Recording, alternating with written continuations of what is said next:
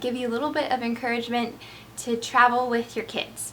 Now, you don't have to travel to some exotic place like China, but you can just go in your hometown. Find a park, find your backyard.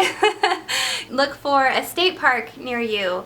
I have done a lot of traveling an hour, 45 minutes, an hour away from where we live to go to a museum or somewhere else.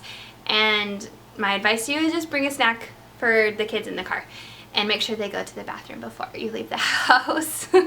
But it is totally doable. You can totally do it. Make these memories with your kids. Sometimes when people see me out with my 4 kids, they're like, oh my goodness, how do you do it? And you know, my biggest tip is you just do it. You kind of just learn through trial and error. I've learned to keep water and snacks in the car. I always bring that when we go on these little adventures. Sometimes I'm super awesome and I bring a change of clothes and an extra pair of shoes for people.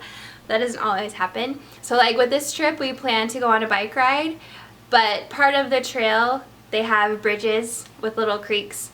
And so we biked for just a few minutes, and then we stopped at this creek and took our shoes off and just played and made rock castles and played in the sand and walked around in the water.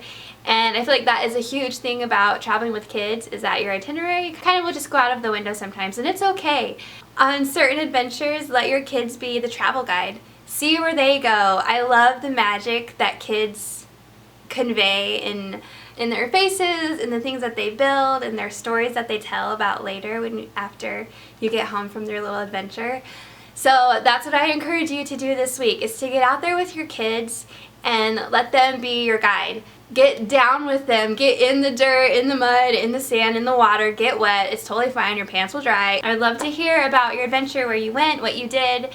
So leave that in the comments below. There might be tantrums afterwards by either you or your kids, and that's okay. I feel like that's part of the journey of traveling with kids, of living with kids, of being a human being.